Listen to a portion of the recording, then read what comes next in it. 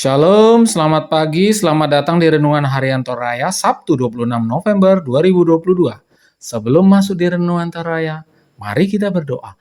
Bapa dalam nama Yesus, terima kasih atas firman-Mu, biarlah kami akan baca firman ini dan kami lakukan setiap hari di dalam nama Yesus. Haleluya, amin. Pembacaan kita terdapat pada Matius 24 ayat 3 sampai 14. Matius 24 ayat 3.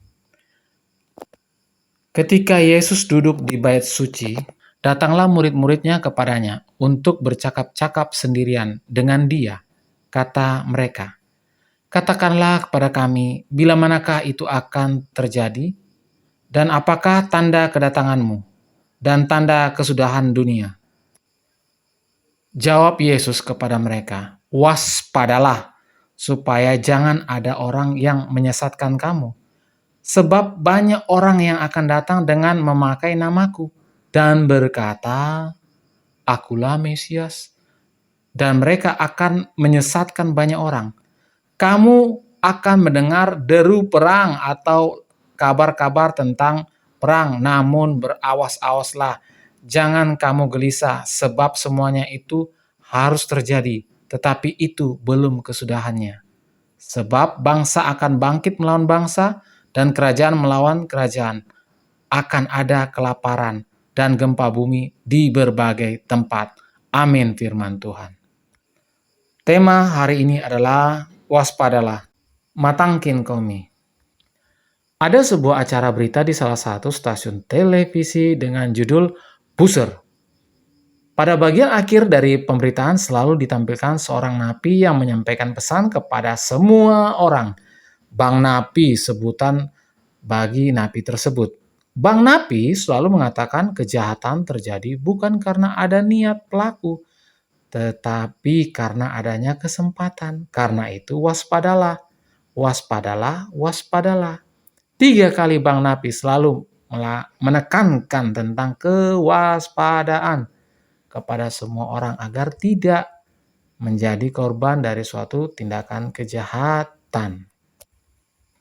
Demikian pula yang disampaikan Tuhan Yesus kepada para murid dan orang yang mengikutinya. Tuhan mau mereka semua terus waspada pada orang-orang yang akan menyatakan kejahatan.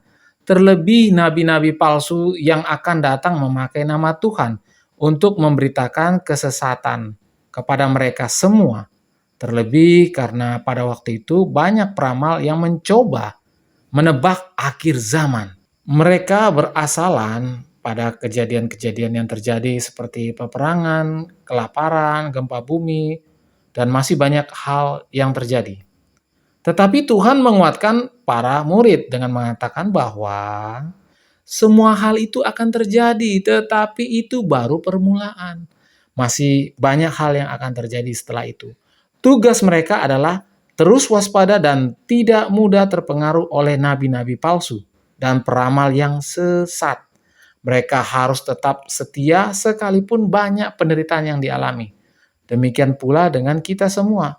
Banyak penderitaan dan pergumulan hidup yang kita alami. Terlebih karena banyak peristiwa yang membuat kita khawatir seperti peperangan antar negara, gempa bumi, dan bencana kelaparan. Yang terpenting ialah terus waspada dan percaya kepada Tuhan Yesus. Amin. Mari kita berdoa. Bapa dalam nama Yesus, terima kasih atas firman-Mu. Biarlah firman-Mu ini tetap tinggal di hati kami dan kami lakukan setiap hari di dalam nama Tuhan Yesus.